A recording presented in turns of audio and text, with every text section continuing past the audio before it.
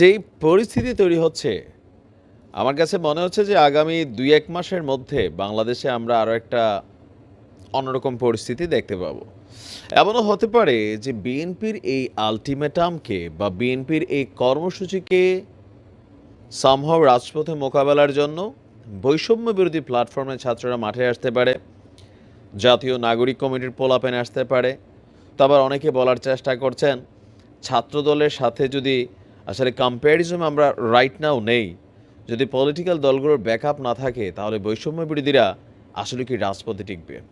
সরকার কার কথায় চলবে, কার কথায় হাঁটবে? আমরা মোটামুটি গত ৬ মাসে একটা তো জিনিস বুঝতে পারছি যে বিএনপি যেদিকে যায়, সরকারের সিদ্ধান্তগুলো সেদিকে যাচ্ছে। দর্শক, অবশেষে নির্বাচন নিয়ে এবার কঠিন আলটিমেটাম, ওয়ান কাইন্ড অফ ক্যারাবেরা লাগানোর একটা সিদ্ধান্ত বিএনপির। কারণ তাদের বক্তব্যটা আজকে আমরা যেটা দেখলাম, কারা কারাটার সপক্ষে কারা বিপক্ষে জানাবেন। সংস্কারের দোহাই দিয়ে নির্বাচন নিয়ে কোনো রকম টাল বাহানা আর করা যাবে না।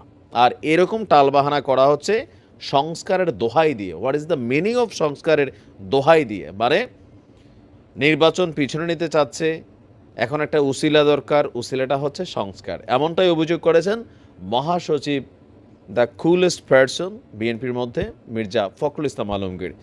তিনি বলছেন যে এই যে সংস্কার, এটা তো নির্বাচিত একটা সরকার ছাড়া এই সংস্কারের বৈধতা হয় না, আর এই সংস্কারের শক্তিও পায় না।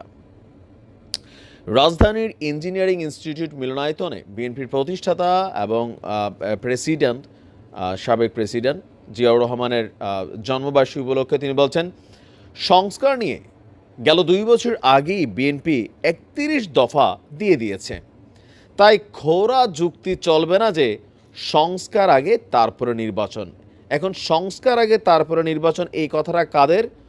সমন্বয়কদের। বৈষম্য বিরোধী প্ল্যাটফর্মের হাসনাত থেকে শুরু করে, সার্জিস থেকে শুরু করে জাতীয় নাগরিক কমিটি, আরও যে সংগঠনগুলো আছে, তাদের বক্তব্য যে আগে সংস্কার পরে নির্বাচন। তো বিএনপি বলছে যে দেশের অর্থনৈতিক অবস্থা ভালো করতে রাজনৈতিক সরকার অপরিহার্য। দেশের অর্থনৈতিক অবস্থা ভালো না, আবারও দুর্নীতি শুরু হয়ে গেছে। প্রশাসনে যে আমলারা আছে, তারা আবার আগের মতনই শুরু করে দিয়েছেন। সরকারকে বলছেন যে আপনারা সেদিকে নজর দিন। যত দ্রুত নির্বাচন হবে, অর্থনৈতিক এবং রাজনৈতিক সংকট মোকাবেলা করা সম্ভব হবে। আর তার বক্তব্য হচ্ছে যে তারেক রহমান তিনিও আপনার নির্বাচন এবং গণতন্ত্রকে শক্তিশালী করার জন্য যত দ্রুত সম্ভব একটা নির্বাচন দেওয়ার কথা বলছেন।